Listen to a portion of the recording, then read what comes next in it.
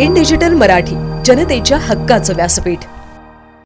अंबरनाथमधील 21व्या शतकातील प्राचीन शिव मंदिराला पडझडीचा धोका निर्माण झाला आहे।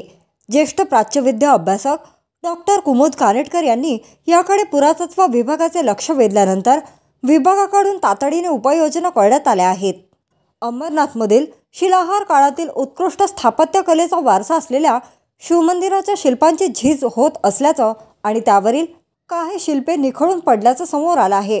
ज्येष्ठ प्राच्यविद्या अभ्यासक डॉक्टर कुमुद कानेटकर यांनी नुकतीच शिवमंदिराला दिलेल्या भेटीदरम्यान ही चिंताजनक बाब समोर आली आहे। याबाबत त्यांनी समाज माध्यमांवर नाराजी देखील व्यक्त केली। त्यानंतर भारतीय पुरातत्व विभागाने मंदिर परिसरात धाव घेत पाहणी केली।